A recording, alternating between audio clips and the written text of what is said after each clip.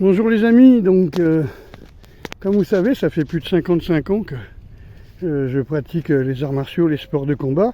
Je voyage à travers le monde, je vous ramène un maximum de super techniques, mais moi ma base c'est surtout le close combat, la self-défense, le côté original de l'art martial, c'est-à-dire militaire et non pas sportif. C'est-à-dire pas le jeu de bagarre réglementé, tout ça m'intéresse beaucoup moins. Donc, après avoir fait une carrière de sportif, bien sûr. Et donc, par exemple, vous savez qu'en législation, par exemple, ou même, allez, sans parler de législation, il y a un consensus qui fait qu'un mâle ne va pas tuer un mâle de la même espèce. C'est pas naturel du tout. Il y a quelque chose dans notre cerveau qui va bloquer ça. Pourquoi?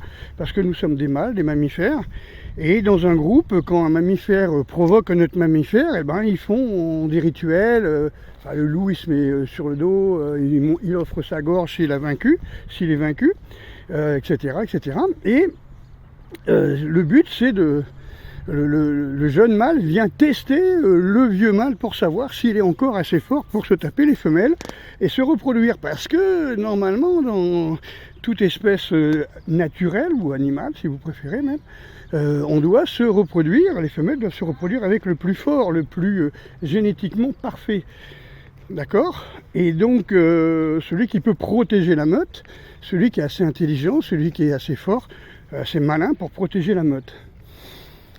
Donc il y a un rituel où le vieux mâle ne va pas tuer le jeune mâle qu'il a provoqué, mais va lui laisser le temps, pourquoi pas, de devenir plus fort, de s'entraîner, tu vois, et puis quand il sera plus fort, légitimement, il va le provoquer, et si à ce moment-là le vieux mâle perd, il lui laisse la meute. C'est comme ça, c'est pour la survie de l'espèce, pour la survie du troupeau, de la meute, de la harde, si vous préférez. Donc ça c'est la nature, ça c'est quelque chose de légitime. Et puis vous avez quelque chose qui est différent chez l'être humain, enfin qui n'est pas différent chez l'être humain, c'est que l'être humain, généralement, il ferme les poings, tu vois, pour pas blesser l'adversaire. Quand il se bagarre, il ferme les poings. Alors, bagarre, pourquoi? Il est dans un bar, il veut montrer, tu vois, en fin de soirée que c'est lui le plus fort, parce qu'il y a deux, trois pépettes en débardeur mini-jupe bien maquillées qui sont là avec un projet, on va dire, pour la fin de soirée. Et donc, vous voyez effectivement les jeunes mâles en train de se taper dessus, mais ils ne s'étranglent pas, ils ne se foutent pas des coups de couteau, tu vois, parce que oui, on n'a pas d'armes pour tuer, nous, donc ils vont y aller en fermant le poing, alors que la femme, si elle se bat, c'est pour défendre sa vie, elle va ouvrir les mains, elle va gripper, elle va tirer les cheveux, elle va griffer, et ça c'est tout à fait logique, parce que la femme n'est pas programmée pour faire semblant de se battre. Elle va défendre ses petits, elle va défendre, comment on appelle ça, sa vie, tout simplement, sa famille.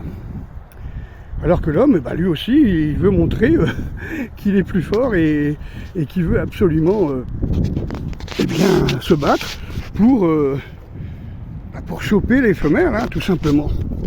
Donc, il y a aussi un autre consensus, si vous voulez, qui fait que, et un consensus légal, on va dire, dans la légitime défense, si le gars, qui, au lieu de vous donner des coups de poing, il cherche à vous étrangler, là, c'est votre vie qui est en danger. Et là, vous n'allez pas faire un rituel de soumission, vous avez la légitimité de lui envoyer un grand coup de genou dans les burnes, ou de lui foutre les pouces dans les yeux, tu vois, ou de lui choper les cheveux et lui taper la tête contre le mur. Ce qui ne serait pas devant un juge, qui passerait pas devant un juge, en tant que légitime défense, si le mec vous donne des coups de poing et vous arrivez, vous lui envoyez un grand coup dans les burnes, vous prenez une fourchette et vous lui crevez un œil. Donc ça passe pas. D'accord? Donc il y a une question de légitimité, il y a une question d'échelle d'agression. Eh bien c'est exactement ça, avec la guerre en Ukraine, avec toutes les sanctions qu'ont reçues les Russes, ils étaient légitimes de balancer les bombes atomiques contre ceux qui font les sanctions, surtout contre l'Allemagne, contre la France et contre l'Angleterre, voire contre les États-Unis, qui mènent le bal. Alors, Poutine ne l'a pas fait, parce que c'est quelqu'un de modéré, mais les gens de son entourage, ceux qui sont, je les appellerais les pouces au crime, tu vois, ceux qui sont un petit peu plus hard, ils disaient, mais attends, en tant que droit international,